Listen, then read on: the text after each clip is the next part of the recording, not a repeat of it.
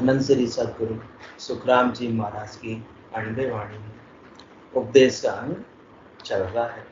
सदगुरुदेव अपने को उपदेश दे रहे हैं। किनको उपदेश दे रहे हैं? जो जी महाराज के ज्ञान से जुड़े हुए हैं, जिनके अपने कल्याण की भावना है, जो इस नर शरीर को पाकर आत्म कल्याण करके परमात्मा पद की प्राप्ति करना चाहते हैं, उन मुमुक्ष जीवों को सदगुरुदेव उपदेश दे रहे हैं। बाकी संसार वाले को तो क्या चाहिए? शरीर के सुख, इंद्रियों के सुख, तन के सुख, धन के सुख, मन के सुख, ये सदगुरुदेव के पास में नहीं है। यहाँ तो मन के मारने की बात बताई जाती है, न कि मन को सुख देने की बात बताई जाती है। संसार वालों को जिनको मन का सुख चाहिए, उनके लिए तो ये जगह ठीक नहीं है। वो तो फिर गलत जगह पर आ जाएंगे, और आ जाएंगे तो एक बार आएंगे और फिर दोबारा कभी आ पाएंगे नहीं। तो जो आत्मा अपना कल्याण करना चाहती है, सदगुरु के वचनों को सिरोधारी करती है, इसी देह के द्वारा वो परम पद की प्राप्ति कर लेती है। तो सदगुरुदेव ऐसा उपदेश दे रहे हैं कि यदि अपन साधना से जुड़े हुए हैं, अपना कल्याण चाहते हैं, तो अपनी साधना में, अपनी भक्ति में यदि कोई कमी हो, कोई कसर हो, तो अपन उसको पूरा कर लेवे, निकाल लेवे, ताकि अपने को आगे और देह धारण नहीं करनी पड़े। सदगुरुदेव तो पूरा ज्ञान अपने को बख्शीश कर रहे हैं। आपको कमी है तो किसकी है? अपनी है। और सदगुरु के माफिक चलेंगे, मन के मते न चालिए, चालो सतगुरु बाण, शब्द कहे तिन रीत में, भेल न दूजो आण। तो इसी देह के द्वारा परम पद की प्राप्ति हो जाएगी। परंतु अपन क्या करते हैं? फेल कर देते हैं। थोड़ा बहुत तो ज्ञान को भी श्रवण कर लेते हैं, उसका अनुसरण कर लेते हैं, और बाकी थोड़ा बहुत अपना मन का भी मिलावट कर लेते हैं कि थोड़ा मन ये कह रहा है तो ये भी चलो ठीक है। इसलिए मन के मते ना चालिए, चालो सतगुरु बाण। जैसे जैसे सदगुरु ने शब्द अपने को ज्ञान के बख्शिश किए हैं, जैसा जैसा उपदेश किया है, उस पर 100% चलेंगे तो अमर लोक ले जाऊं सो तामे फेर नसार। 101% गारंटी से सदगुरु कह रहे हैं कि मैं आपको इसी देह के द्वारा अमर लोक की प्राप्ति करा दूंगा। परंतु क्या करना? Subject to condition, terms of condition लागू, स्टार लगा दिया कि मन के मते न चालिए, चालो सतगुरु बाण, शब्द कहे तिन रीत में, भेल न दूजो आण। कोई भी मिलावट मत करो, कोई भी भेड़ मत करो। जैसा जैसा ज्ञान सदगुरुदेव ने बख्शिश किया, अक्षर से उसको पालन कर लो। बस अपनी कोई तर्क वितर्क मत करो, अपनी बुद्धि मत लगाओ, क्योंकि सदगुरुदेव तो उस चौथे लोक में पहुंचे हुए हैं, उनको सारा मार्ग पता है। अब अपने को संदेह करने की आवश्यकता नहीं है। संदेह करेंगे तो फिर मंजिल को प्राप्त नहीं कर पाएंगे। मंजिल प्राप्त करने में काफी देरी हो जाएगी, और देरी हो जाएगी, जीवन की संध्या आ जाएगी, तो फिर तो कुछ काम बनने वाला नहीं। इसलिए कह के दास संग्राम बढ़ गले, गालो घोड़ा, भजन करो भरपूर, रहा दिन बाकी थोड़ा, रहा दिन बाकी थोड़ा, कद पहुंचो ला ठेठ, अध बीच में बास पड़ियो तो पड़ोला किंद्रा पेट, पड़ोला किंद्रा पेट पड़ेला भारी फोड़ा, कह गए दास संग्राम बढ़ गले, गालो घोड़ा। भजन के घोड़े को तेज दौड़ा लो। कौन तेज भी दौड़ाएंगे और सही मार्ग पर दौड़ाएंगे, तब जाकर मंजिल आएगी। कभी इधर चले गए, कभी उधर चले गए, कभी उधर चले गए, तो मंजिल आने वाली नहीं है। तो उपदेश का अंग साधना करने वालों के लिए है कि अपनी अपनी जो भी कमी है, कसर है, उसको निकाल ले। और सदगुरुदेव कोई भी बाहर की सामग्री भी अपने से मंगा नहीं रहे, और कोई अन्य बात भी संसार की नहीं कर रहे। आ सतगुरु की पारखा, सुन जो चित दे कान, केवल बिन सुखराम के भजे न दूजो आण। सच्चे सदगुरु वही है जिनकी महत्व बुद्धि किसमें है? केवल पद, आनंद पद की प्राप्ति करवाने में। वो संसार की अन्य कोई बातें नहीं करेंगे, समाज की अन्य कोई बातें नहीं करेंगे। वो ये नहीं बताएंगे कि आपका व्यवसाय की बढ़ोतरी कैसे हो, आपके संपत्ति की बढ़ोतरी कैसे हो, आपके पुत्र की प्राप्ति कैसे हो। ये जो बात बता रहे हैं वो सदगुरु नहीं। वो कौन है?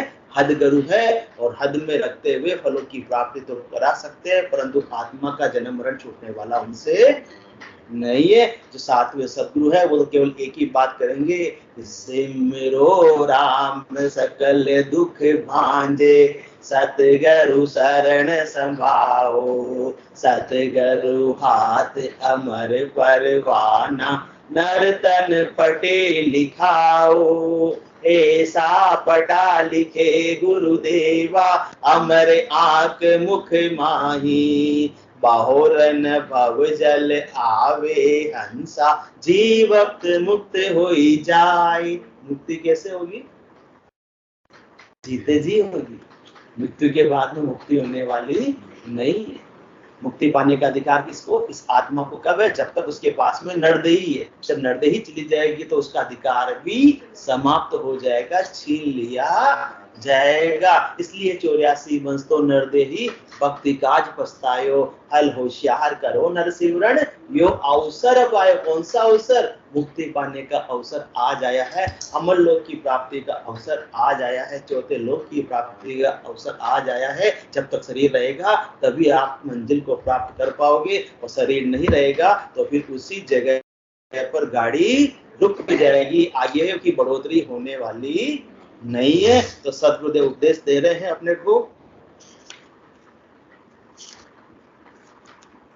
कि यदि अपन भक्ति में लगे हैं और साधना में लगे हैं और परमात्मा के प्रति प्रेम है, साधना के प्रति प्रेम है, भक्ति के प्रति प्रेम है, चौथे लोक के प्रति प्रेम है, तो ही चौथा लोक प्राप्त होगा। जहां का प्रेम होगा वहीं का अपन उपाय करेंगे। यदि संसार से प्रेम है तो प्राथमिकता किसकी रहेगी? संसार की रहेगी। तो क्या वस्तुएं मिलेगी? संसार की वस्तुएं मिलेगी, संसार की माया मिलेगी, परमात्मा मिलने वाले नहीं है। तो अपनी प्राथमिकता से अपने प्रेम का मूल्यांकन हो जाता है, और ये मूल्यांकन किसको करना? दूसरों को नहीं, अपने को, स्वयं को अपना मूल्यांकन करना है कि अपना प्रेम परमात्मा के प्रति अभी कितना है। जितना अधिक प्रेम होगा उतना ही जल्दी परम पद की प्राप्ति होगी, उतना ही जल्दी परमात्मा रीझ कर अपने निज घर में इस आत्मा को स्थान दे देंगे। तो प्रेम जहां लग भजन, प्रेम छूटा सब कारा, माया जब ग्रह सुख, धन बिन दुख बहोरा, करा मात जब पीर कला लग देवत होई, जब लग मन इतबार बात माने जग सोई, बंदी मुट्ठी लाकड़ी कुलिया कोड़ी मोल, भाव खिंचा सुख राम के सब नर फूटा ढोल। कल की सत्संग चर्चा में अपन ये बात कर रहे थे कि प्रेम जहां लग भजन, प्रेम छूटा सब कारा। जब तक प्रेम है तब तक ही भजन हो पाएगा, और प्रेम यदि नहीं है तो 10 मिनट भी भजन करना, साधना करने बैठना मुश्किल होगा। 11वें मिनट में नोट दो 11 हो जाएंगे। सारे काम उस समय किसके याद आएंगे? जिससे प्रेम है वही काम याद आएंगे। साधना करने बैठो, शामी करने बैठो, उस समय काम दूसरे याद आ रहे हैं, इसका मतलब समझ लो कि प्रेम किससे है? हाँ, संसार से प्रेम है।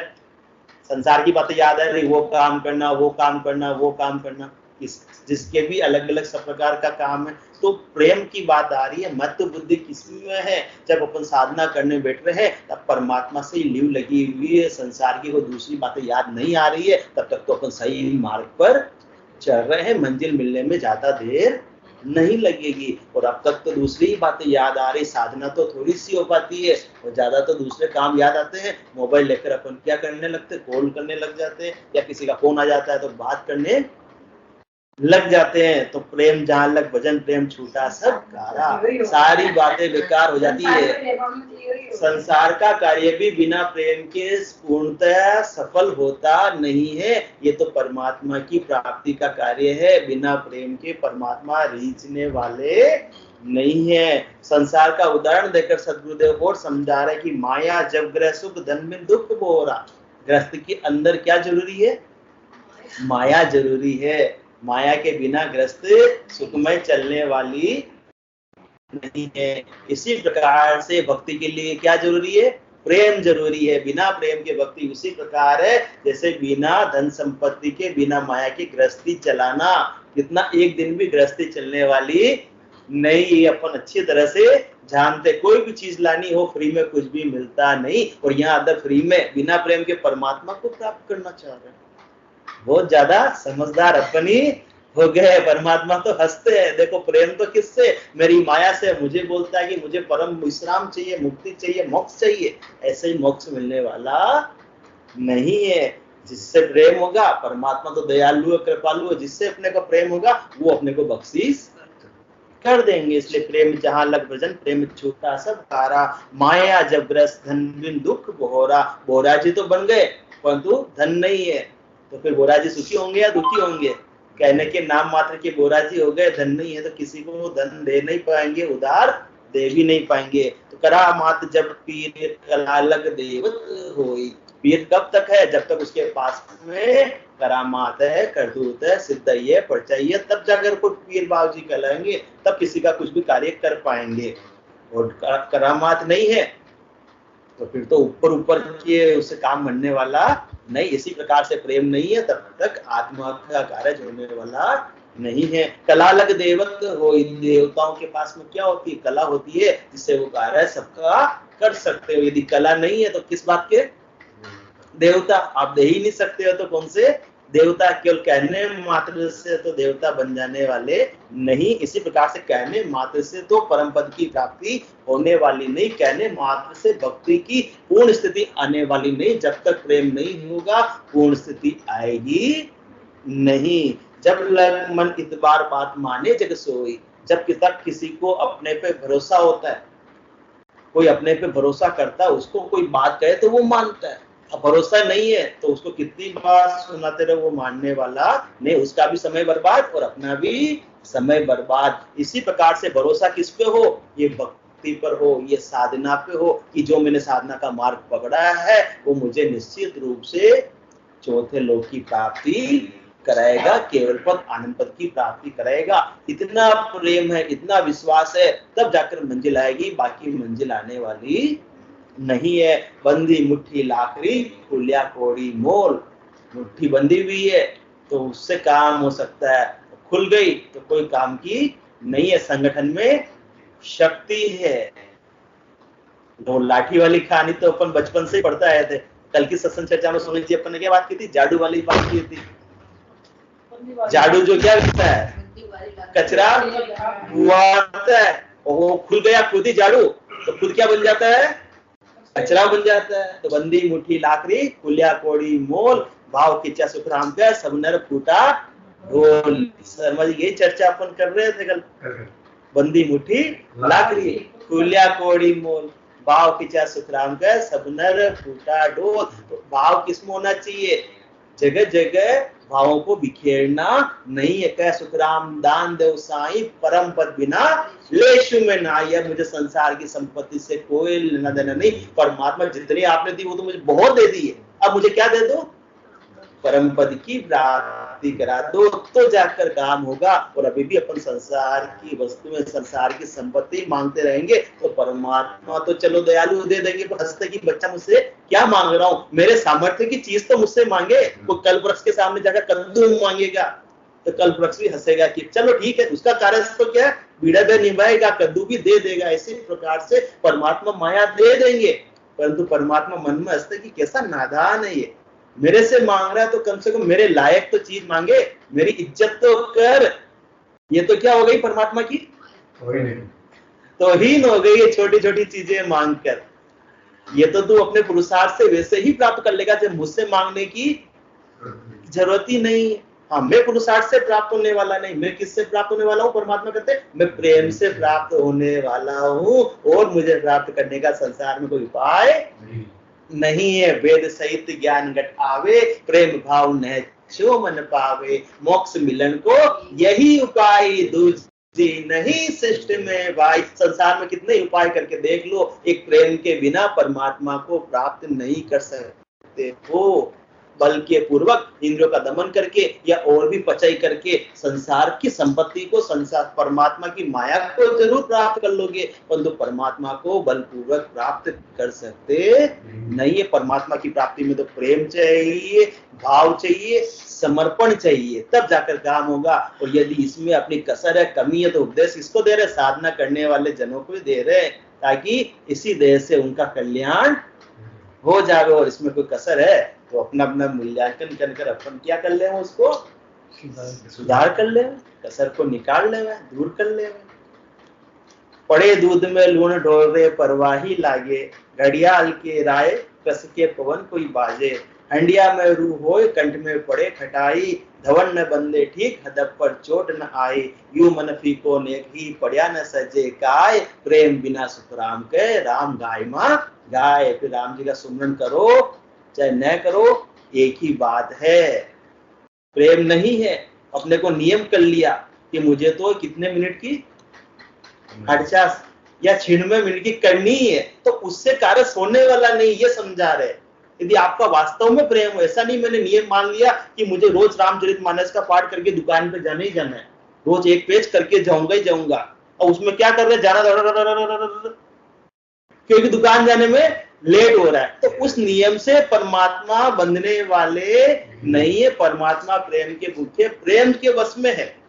परंतु अपने जो संसार के नियम कौन बना रहे, अपन बना रहे। मुझे रोज एक पेज पाठ करना है, मुझे रोज सामिकी करनी है, मुझे रोज भजन करना है, और उसके अंदर यदि कष्ट हो रहा है तब तक तो परमात्मा रिझने वाले नहीं है। यदि प्रेम होगा तो कष्ट नहीं होगा, क्या होगा, आनंद की अनुभूति होगी। बच्चों को खेलने से प्रेम होता है, तो भले ही वो पसीना बहा रहे हैं, भूखे हैं, प्यासे हैं, धूप में भी खेल रहे हैं, तो उनको कष्ट पूछो, कष्ट होता नहीं है। परिश्रम कर रहे हैं, ऐसा नहीं कि ऐसे की हवा खा रहे हैं, नहीं, बाहर खेल रहे हैं, धूप में, कड़ी धूप में खेल रहे हैं, पसीना बह रहा है, शरीर से थक रहे हैं, परंतु थकान उनको अनुभव में नहीं हो रही। क्यों? क्योंकि उनको खेलने से आनंद आ रहा है, प्रेम है। इसी प्रकार से पड़े दूध में लूण ढोरे परवाही लागे, दूध के अंदर थोड़ा सा नमक डाल दो, दूध बेकार हो जाएगा। इसी प्रकार साधना में, भक्ति में थोड़ी सा अविश्वास डाल दो, सारी भक्ति बेकार हो जाएगी। केस बराबर आतरो जे अंश राखे कोई, तो या कृपा ना बने ऐसी कुदरत हो। थोड़ा सा भी आतरा अपन रख लेंगे सदगुरु के ज्ञान के प्रति, साधना के प्रति, परमात्मा के प्रति, तो फिर रीझने वाले परमात्मा नहीं है। पूर्ण विश्वास की बात यहाँ की जा रही है, पूर्ण प्रेम का भाव, पूर्ण समर्पण का भाव, पूर्ण विश्वास का भाव। ढोल रे परवाही लागे, ढोल पे ठंडी हवा लग गई, सिलन आ जाएगी, फिर वो बजेगा नहीं। घड़ियाल के राय, घंटा है, उसमें दरार पड़ गई तो फिर वो बोटी बोटी आवाज आएगी। कस के पवन कोई बाजे, शीतलहर चली तो फिर फसल खत्म, और भावना साहब के तो दाम बढ़ जाएंगे। फायदा तो केवल भावना साहब को होगा। हंडिया में रू होए कंठ में पड़े खटाई, हंडिया है, मटकी है, छोटा सा भी खड्डा हो गया तो फिर काम आने वाला नहीं है। तो अविश्वास का छेद बिल्कुल भी साधना में नहीं चाहिए।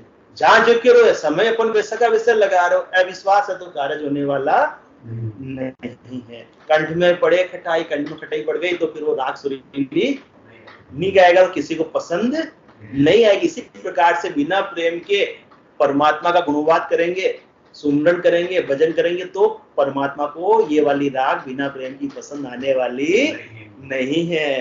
धवन न बंदे ठीक हदप पर चोट न आई, धोखनी चलाते हैं, धवन लगाते हैं, लोहे को गर्म करते हैं, तब जाकर पीटने पर उसका कोई बंचा राज बना सकते हैं। धवनी ठीक नहीं लगी तो फिर तो कितना ही परिश्रम कर लो, कितना ही घंटे सत्संग चर्चा कर लो, कितना ही कई तीर्थों की यात्रा कर लो, परंतु प्रेम यदि परमात्मा में नहीं है, साधना में नहीं है, तो काम बनने वाला नहीं है। यू मन फीको नेक ही, संसार का इतना उदाहरण सदगुरुदेव फरमा रहे, यू मन फीको नेक की, थोड़ा सा भी मन फीका रहा, परमात्मा के प्रति दृढ़ता, विश्वास, मजबूती नहीं रही, तो पड़िया न सजे काय, तुम्हारा कार्य होने वाला नहीं है। क्योंकि प्रेम बिना सुख राम के राम गामा गाय। प्रेम के बिना तो राम जी के नाम का सुमरन करो चाहे नहीं करो, एक बात है, मतलब आपके कुछ लाभ होने वाला नहीं है। जब लग हरिसु हेत प्रेम सुप्रीत न भाई, सगा पुरुष खीर साधकु राब खिलाई। क्या फरमा रहे शर्मा जी? जब लग हरिसु हेत प्रेम सुप्रीत न भाई, क्या करेंगे अपन? सगा पुरुष खीर वो साधकु राब खिलाए। काती में मोखान ऊट समधी गर जावे, किसानों के काती के बहुत आवत है, फसल आएगी काती में। हाँ, काती में मोखान ऊट समधी गर जावे, और साधु दर्शन जाए बहुत कर काम बतावे।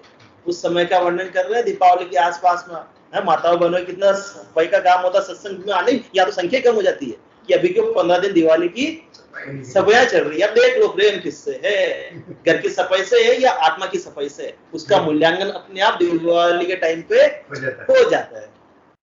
तो साधु दर्शन जाए बहुत घर काम बतावे, भजन करे सुख सेल में हासिल दे तन खोए, तब लगतो सुख राम के हरसु हेत न होए। मूल्यांकन कर लो, फिर कहते हैं मैं साधना तो कर रहा हूँ, इतने वर्षों से कर रहा हूँ, अभी तक मुझे पूर्ण स्थिति की क्यों नहीं हुई। तो ये कारण है कि पूर्ण स्थिति इस वजह से अब तक नहीं हुई है कि जब लग हरिसु हेत प्रेम सुप्रीत न भाई, जब लग परमात्मा से प्रेम नहीं है तो क्या करेंगे अपन, सहगापुर से खीर साधु राब पिलाई। तो संबंधी आएंगे तो उनको तो अच्छे अच्छे नाश्ते बना करके लगाएंगे, काजू दाग, हाँ सारी मनवार करेंगे, लीजिए साहब, हाँ करेंगे ना बाबना जी।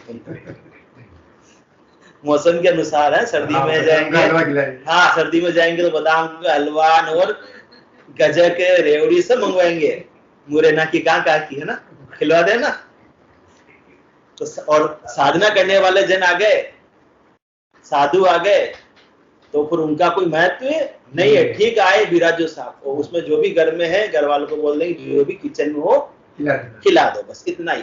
तो भाव की प्रधानता, प्रेम की प्रधानता, यदि प्रेम होगा भाव होगा तो उस समय में तो जो साधना करने वाले जन है तो ऐसा लगेगा कि भाई राजा हमारे घर पर पधार गए, परमात्मा के स्वरूप हमारे घर पे पधार गए, इनकी जितनी सेवा करनी है अपन करें, उन बदले में उनसे ज्ञान प्राप्त कर ले। ये भाव तो होता नहीं, केवल जो फॉर्मेलिटी करनी होती है वो अपन कर देते हैं। तो प्रेम का मूल्यांकन हो जाएगा कि संसार वाले कोई आ रहे हैं, रिश्तेदार कोई आ रहे हैं, उनकी मान मनवार कैसे हो रही है, और साधना करने वाले या कोई संत जन आ रहे हैं घर में तो उनकी मान मनवार कैसे हो रही है। और काती में मोखान उठ समझी घर जावे, काती में किसानों की बहुत ताव रहता है काम का, हाँ।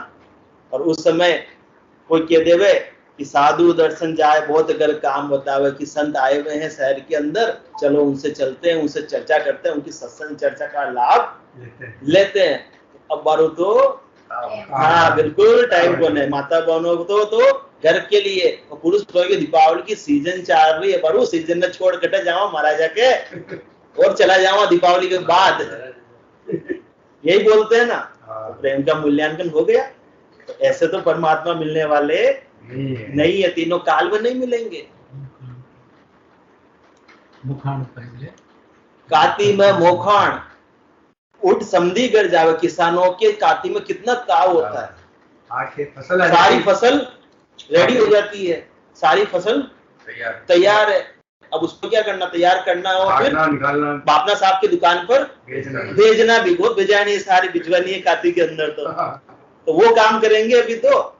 और उस समय यदि कोई कहते हैं सत्संग चर्चा की बात, साधु की बात बता रहा हूं मैं, तो हाँ बता रहा हूँ, उस समय कहते हुए सत्संग चाहिए बात, तो क्या करेंगे, बहुत हमारे बहुत काम है। और उसी समय पर आज तो बोल रहे हैं कि संतों के चर्चा में दर्शन में हम नहीं जा पाएंगे, और कल यही बात किसी ने बोल दी कि अपने रिश्तेदारी के अंदर कोई काम पड़ गया है, कोई आरानुक्ता हो गया, कुछ भी हो गया, तो उस समय तो उठकर चले जाएंगे, कब सुबह 5 बजे निकल जाएंगे कि टाइम पे पहुंचा बिल्कुल। हाँ जिम्मन किसानों के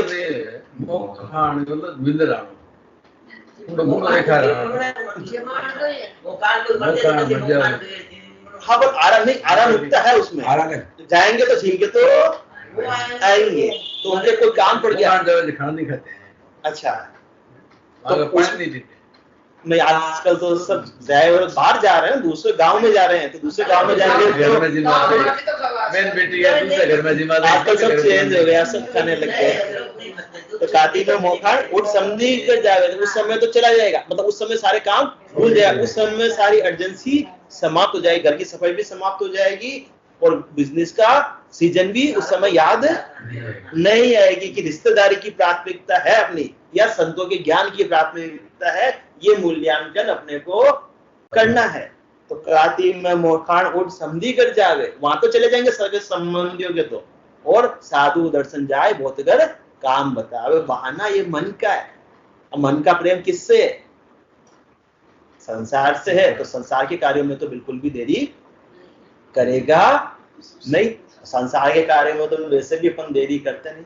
सोदा सगपण करे व्यवहारा, ढील पड़े नहीं आछो, बिच की आने पड़े को माही, रिग पिछ हुए मन पाछो। संसार का सौदा करना होता है, फटाफट बोली लगाई और निपटाओ काम को, बस अभी तो सही भाव के अंदर सौदा हो रहा है, इसमें देरी नहीं करते। और संबंध करना हो तो भी देरी नहीं करते हैं कि अभी तो अच्छा लड़का मिल रहा है और थोड़ा डील करेंगे और कोई दूसरों के साथ में फाइनल हो गया तो झगड़ा पड़ जाएगा। सौदा सगपण करे व्यवहार, संसार का कोई भी व्यवहार करना होता है, कोई भी खरीदारी करनी पड़ती है तो उसके अंदर अपन बिल्कुल भी डील नहीं करते। तो इसी प्रकार से इतनी डील जब अपन भजन के अंदर नहीं करें तो जाकर अपना काम हो जाएगा। वही बात सदगुरुदेव संसार का उदाहरण देकर अपने को समझा रहे हैं कि काती में मोखान उठ समझी कर जावे और साधु दर्शन जाए बोध कर काम था। उसी दिन की बात चल रही है कि इस काम के लिए तो आपको समय निकल गया संबंधियों के जाने का, तो और आत्मा के कल्याण की बात है तो अभी फुर्सत नहीं है।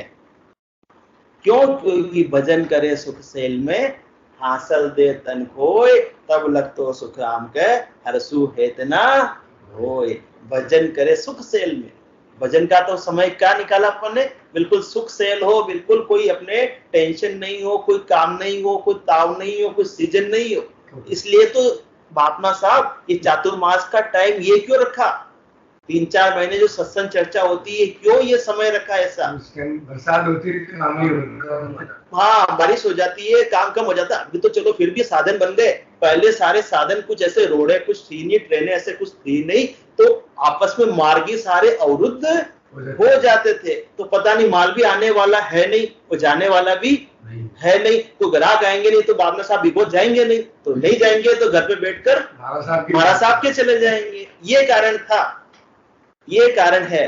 तो अब कोई कहे हमको तो नहीं साहब, ऐसी बात तो गलत, बहुत प्रेम है तो कर लो, चलो दीपावली टाइम पे सत्संग चर्चा चले जाओ, कुछ आएगा नहीं है।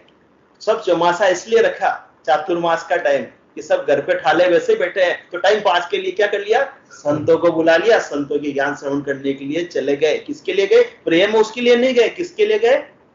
टाइम पास के लिए गए।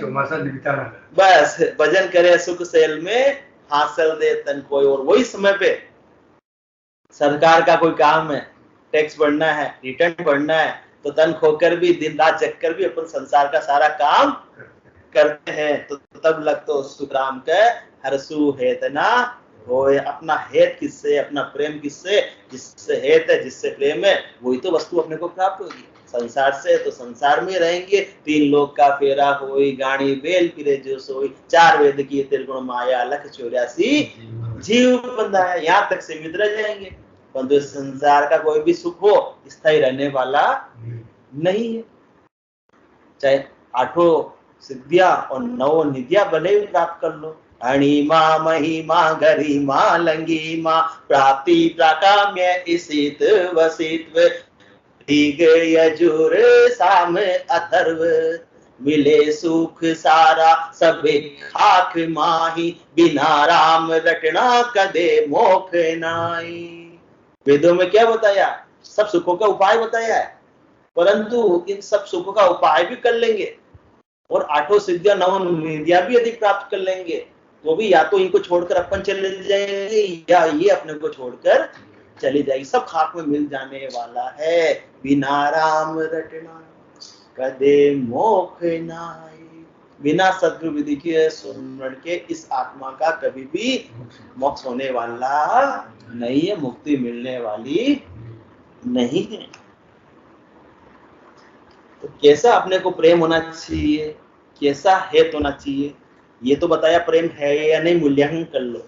अब आपने कहा शर्मा जी ने कि नहीं हमारा तो प्रेम है, इसमें तो हम पास हो गए, तो आगे थोड़ी सी और कठिन परीक्षा की प्रेम है, चलो मान लिया। अब कितना % है, कैसा प्रेम है, उसका मूल्यांकन सदगुरुदेव करवा रहे हैं।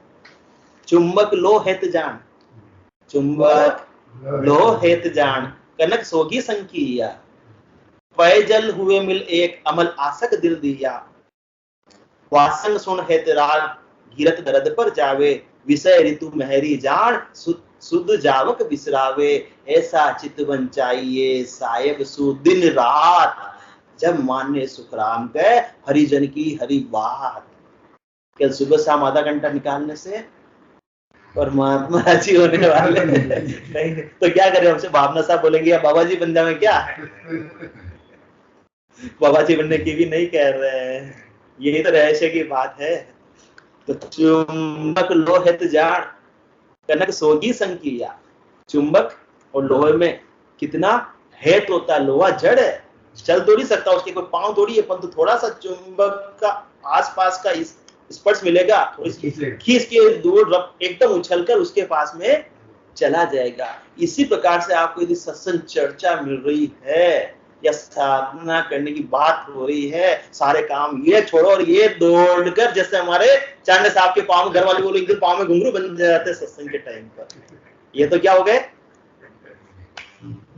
ऐसे बोलते हैं आप प्रेम में विलीन हो गए, भगवान के लिए बिगड़ गए, ये तो बिगड़ गए, न जाने कौन से ऐसे सत्संग में जाने लगे कि पूरे बिगड़ गए, ऐसे तो कभी थे ही नहीं। तो ऐसा इनका प्रेम हो गया कि प्रेम में पूरा व्यक्ति बिगड़ जावे। किससे बिगड़ गया? संसार के लिए बिगड़ गया, इसका मतलब परमात्मा के लिए सुधर गया। बस बिल्कुल अपोजिट है, एक पूरब और एक पश्चिम है, एक उत्तर एक दक्षिण है, दोनों दिशाएं बिल्कुल अपोजिट है। या तो प्रेम किससे होगा?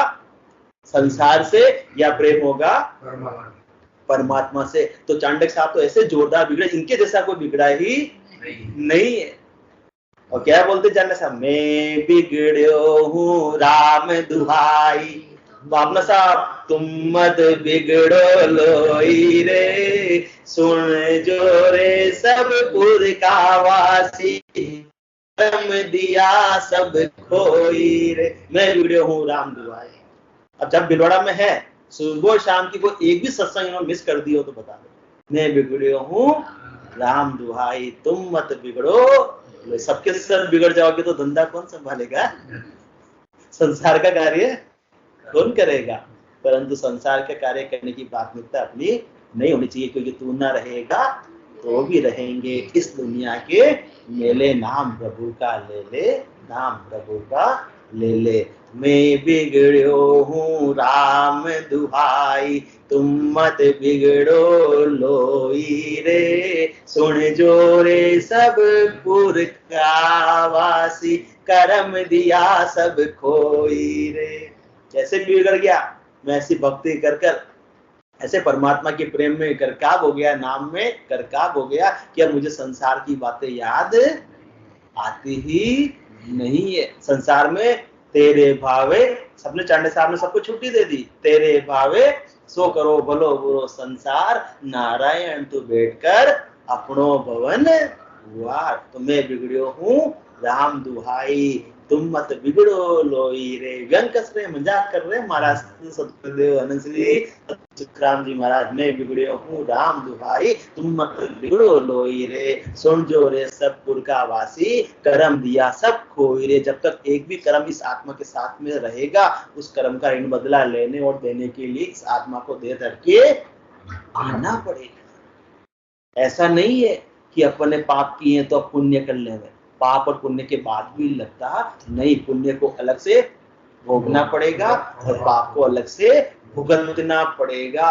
और ये पाप पुण्य का चक्कर कभी भी ऐसे तो समाप्त होने वाला नहीं, जब तक कि केवल ज्ञान घट में जागृत नहीं हो, जब तक कि निजनाम घट में जागृत नहीं हो। ये निजनाम ही इस आत्मा को कर्मों से अलग करता है। 3 लोकों के सत्ताधिकार से, कर्मों के सत्ताधिकार से बाहर चौथे लोक में निजनाम इस आत्मा को ले जाता है। इसलिए मैं बिगड़ो हूँ राम दुहाई, तुम मत बिगड़ो लोई रे, सुन जो रे सब कुल का वासी, कर दिया सब कोई रे। 3 लोगों के कायदे कानून से आपको मतलब ही नहीं, आत्मा को 3 लोगों से परे चौथे लोक की प्राप्ति उसने जीते जी कर ली है तो 3 लोकों में जम का क्षेत्राधिकार है। 3 लोकों में हिसाब किताब करने के लिए तो धर्मराज की अदालत में जाना पड़ता है, परंतु जो 3 लोकों से परे चौथे लोक में चले गए तो उसकी अब ऋण बदले जो रह गए। विजय माल्या बनने की कह रहे हैं सदगुरुदेव, विजय माल्या बनने की ही कह रहे हैं। तुम कर्मों को भुगतान करते करते तो तुम्हारे बस की बात नहीं है, भारत छोड़कर चला गया वो, अब उसका कुछ होना जाना नहीं। इसी प्रकार से ये निज नाम के साथ में आत्मा 3 लोकों से परे चौथे लोक में चली गई तो अब कर्म उसका कुछ भी बिगाड़ सकते नहीं। चंदन के संग बागज बिगड़ो परमल चौदिस होई रे, पारस के संग लोहो बिगड़ो कुल अंश रयो नहीं कोई रे। चंदन के संग बागज बिगड़ो, कोई वन है उसमें यदि एक भी चंदन का वृक्ष है तो ऐसी चंदन की वृक्ष से निकलकर हवा चलेगी, पूरा बाग कैसा हो जाएगा, चंदनमय चंदनमय, चंदन की खुशबू सब जगह फैल जाएगी। तो ये पराक्रम किसमें है, ये भक्ति करने वाले जन में ऐसा पराक्रम आता है कि जहां भी जाता है वो सदगुरु के ज्ञान को प्रचार प्रसार कर देता है। चंदन के संग बागज बिगड़ियो परमल चहुदिस होई रे, पारस के संग लोहो बिगड़ियो कुल अंश रयो नहीं कोई रे। लोहा क्या होता है, कु धातु है, मोल कितना है, कितना मोल है, 40-50 रुपए किलो का मान ले, और यदि उसको पारस का स्पर्श मिल जाए तो 50,000 रुपए तोले का हो जाता है, किलो सोना बन जाता है। भावना साहब के पास तो वो सोना, इसलिए इनको तो किलो लगता है। तो पारस के संग लोहो बिगड़ो, कहाँ तो कु धातु था, कहाँ तो उसको काट आ रही थी जन्म मरण की, परंतु अब जैसे ही उसको पारस का स्पर्श मिल गया वो सोना बन गया, और सोने पे काट जंग लगता नहीं है। अब ये आत्मा जन्म मरण में आने वाली फिर नहीं है, क्योंकि कुल अंश रहो नहीं कोई रे। लोहा पड़ा ही उसने छोड़ दिया, समाप्त हो गया, उसका बिल्कुल परिवर्तन हो गया, रूपांतरण हो गया, ट्रांसफॉर्मेशन हो गया उसका। ये ट्रांसफॉर्मेशन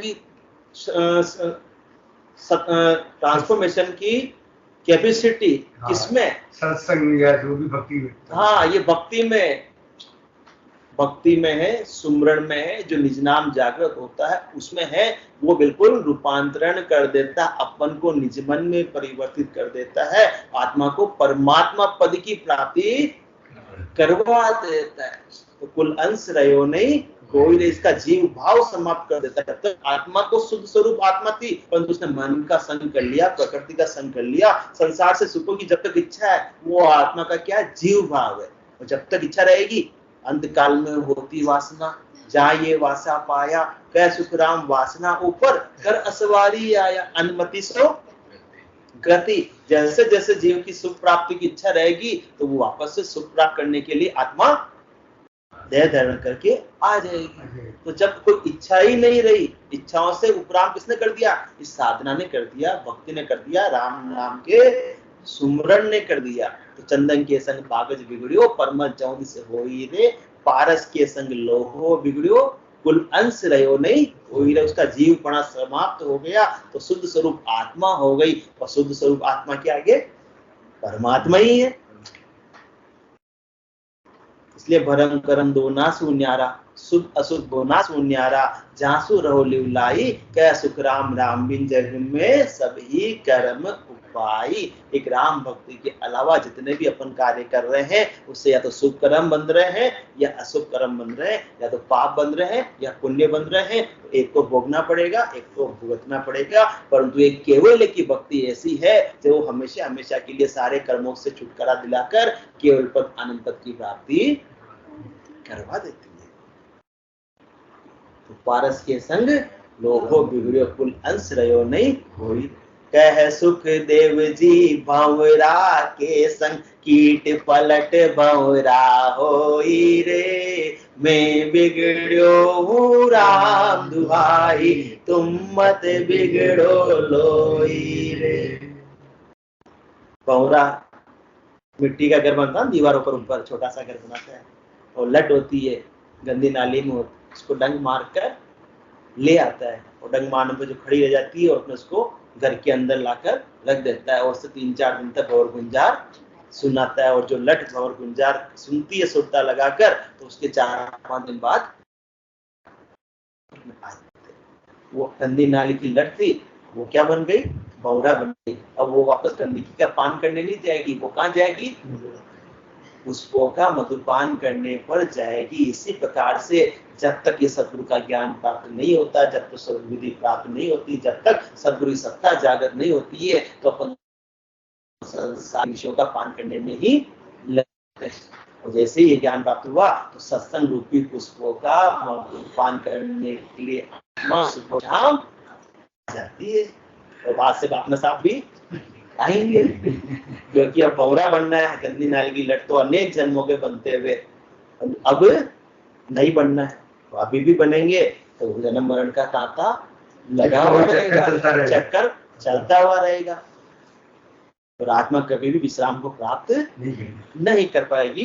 तो अपने अपने निश्चय का विषय, कोई जोर जबरदस्ती वाली बात नहीं। वो तो अपना साहब से हमारे रिलेशन अच्छे इसलिए बोल देते, बाकी सदगुरुदेव ने भी किसी से जबरदस्ती नहीं की। उनका मैं व्यापारी ज्ञान का और बिरज नहीं को, जो तुम चाहो मोक्ष तो जबरदस्ती नहीं है। जो तुम चाहो मोक्ष तो ज्ञान बिरज लो, जो ज्ञान बिरज लो, जो कसर राखो मत कहीं, जो चाहो सो ज्ञान और बूझो मुझ भाई। सुखराम सा देवाल है कोई लेवना, मत तुमसे कोई मांग तो रहा नहीं, आओगे तो ज्ञान मिल जाएगा, नहीं हो तो कोई बात नहीं। सुखराम सा देवाल है कोई लेवन हार, अमर लोक ले जाऊं जहाँ मैं फिर आगे तो निश्चित रूप से अमर लोक ले जाऊंगा। सतगुरु सुखराम जी महाराज ये गारंटी बिल्कुल अपने को दे रहे हैं कि मेरे ज्ञान से जुड़ जाओ। इसलिए कहते हैं दर्शन भेष जगत नर नारी, सब मुझ पासे आओ, रावे रंग सकल उतारू, आसत शरण संभाव। सब आयो, सामान्य जनता को तो बोल रहे हैं दर्शन भेष जगत नर नारी।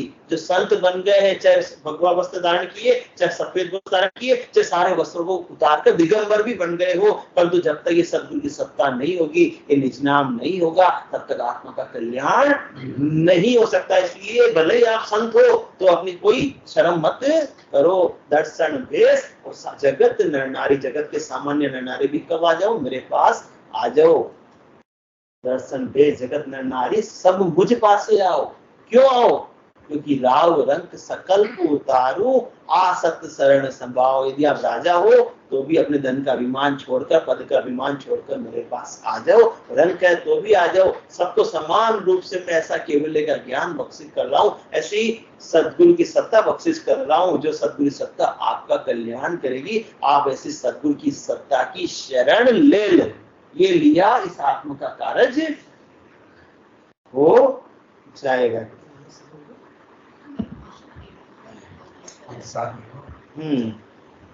तो ये हेत की बात चल रही थी। चुंबक लो हित जान, कनक सोगी संग किया।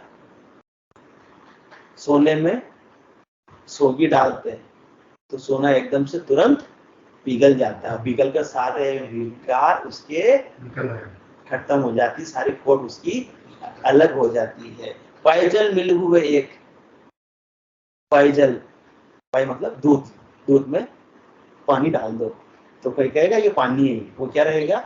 दूध बन जाएगा। इसी प्रकार से आत्मा परमात्मा एक में हो जावे, अपना अस्तित्व समाप्त कर देवे, अपनी विशेषता समाप्त कर देवे, अपना अपन चातुर्य समाप्त कर देवे कि मैं कुछ चीज हूँ, मैं कुछ भी नहीं हूं, तब जाकर काम बनेगा। पैजल मिल हुए एक, अमल आसक्त दिल दिया। जो अमल खाता है उसको कितनी तलब लगती है कि अमल टाइम पे चाहिए, नहीं तो हालत खराब हो जाती है। तो ऐसे परमात्मा की प्राप्ति के लिए किसी की हालत खराब हो रही हो, तड़प हो रही हो, इच्छा हो रही हो, तो जाकर काम बनता है। एक तो अमल का उदाहरण दिया सतगुरुदेव ने, एक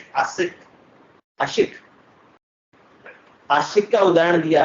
किसी को किसी से प्यार हो जाता है तो फिर तो वही उसको नजर आता है, बस उससे बात करने की इच्छा रहती कि उससे मिलूं, उससे बात करूं, ये करूं। आंखें खुली हो या बंद, दीदार उनका होता है। कैसे कहूं यारा कि प्यार कैसे होता है, 24 घंटे उसके दिमाग में तो वही आएगा। तो ऐसे परमात्मा यदि आएंगे उस आत्मा के दिमाग में 24 घंटे अपने सामने करने वाले जन में, तो जाकर काम बनेगा। भाषण सुनते रात सांप को नाक से भेद होता है, कुंगी बजाते और दिल से बाहर थोड़ा खींचा चला आता है। और गिरत गलत पर जावे, कहीं अपने दर्द हो रहा है, घुटने में भी दर्द हो रहा है, तो ध्यान बार बार कहाँ जाएगा? हाँ, कुछ भी काम है तो भी ध्यान तो बार बार वहीं पर जाएगा। तो विषय ऋतु मेहरी जान शुद्ध सजावक विश्रावे, ऋतुवंती स्त्री होती है तो फिर उसको सारी वो कामना से शुद्ध बुद्ध अपनी भूल जाती है, बस उसको कामना की पूर्ति की एक धुन लगी हुई रहती है। तो ऐसा चितवन चाहिए। संसार का सामान्य उदाहरण सदगुरुदेव दे रहे कि अपन सरल भाषा में समझ सके, तो ऐसा चितवन चाहिए सायब सु दिन रात। ऐसा चितवन चाहिए जैसे लोहे और चुंबक का हेत है, कनक और सोगी का है, दूध और पानी का उदाहरण दिया, अमल खाने वाले का उदाहरण दिया, आस्तिक का उदाहरण दिया, सांप का उदाहरण दिया। तो दिन रात अपने तो रात भर नींद तो बार बार ध्यान अपनी स्थिति है तो इसी जन्म में काम बन जाएगा, है ना शर्मा जी? बिल्कुल कठिन परीक्षा है ये। ऐसा चितवन चाहिए सायब सु दिन रात की बात लगा दी सतगुरुदेव ने, बहुत भारी परीक्षा है ये। 24 घंटा सूरता परमात्मा में लगी हुई रहे, तो काम करने की मनाही नहीं है। उठत बैठत जागता सुनता सुमरण होय, रामचरण बाहर रखे होय।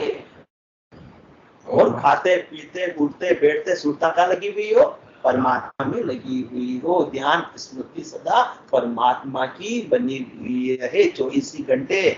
और ये हो सकती है, कैसे हो सकती है? असंभव नहीं, क्योंकि संसार का उदाहरण भी इनमें हो रही है ना। आशिक का उदाहरण दिया, उसमें आप भी शर्मा जी बता रहे हो रही है, कन्फर्म कर दिया शर्मा जी ने। इसका मतलब परमात्मा से भी ऐसी स्थिति प्रेम हो सकता है। और जैसा जिस दिन हो जाएगा परमात्मा उस समय रीच कर ऐसा चितवन चाहिए साहेब सु दिन रात। जब माने सुखराम के हरिजन की हरि बात। कौन सी बात मानेंगे? अपने निज घर में आत्मा को स्थान देने की बात तब मानेंगे जब इतना अनन्य भाव से भक्ति होगी, प्रेम होगा, समर्पण होगा कि और कोई दूसरा आप सोचता ही नहीं है। ये परीक्षा पर अपन खरे उतर जाएंगे कसौटी पर, तब जाकर 100% नंबर आएंगे। और वही हो जाए कि जिस कार्य के लिए आत्मा मृत्यु लोक में आई निर्दयी पाकर, वो कार्य में करके सफल हो गई। जन्म जन्म के लिए हमेशा उसने जीत का निशान, जीत का झंडा गाड़ दिया। इसे मीरा और कृष्ण का, हाँ बिल्कुल ये प्रेम घेर भी लिया उसने, उसके साथ क्या कह दिया, घेरता से वो थोड़ा प्रेम तो इतना था मीरा का कि नजर मीरा की निराली पी के जहर की प्याली, नजर मीरा की निराली पी के जहर की प्याली, ऐसा गिरधर बसाया हर श्वास में, जब आया काला नाग बोली धन्य मेरे बाप, प्रभु आप आए सांप के लिबास में, आओ आओ बलिहार काले किशन कुमार, आओ आओ बलिहार काले किशन कुमार, धन्यवादी हूँ मैं आपके एहसान की, बड़ी कृपा है कृपा निदान की, कण कण में झांकी भगवान की, किसी सूझ वाली आँख ने पहचानी। ऐसा प्रेम है कि परमात्मा ही परमात्मा नजर आते हैं। जहाँ देखूं जा सदगुरु साईं, ये परमात्मा के सिवा जब कोई दूसरा घर से ही नहीं। बोलो राम सदगुरु देव जी महाराज, धन्य हो परम दयाल सदगुरु सुखराम जी महाराज, धन्य हो अनंत श्री सदगुरु सुखराम जी महाराज के ज्ञान स्वरूप भगवान में, धन्य हो केवली भगवंता में, धन्य हो जीवातारण जहाज में, धन्य हो मोक्ष के मालिका ने, धन्य हो अनंत कोटि संतान, धन्य हो राम सभा में राम राम।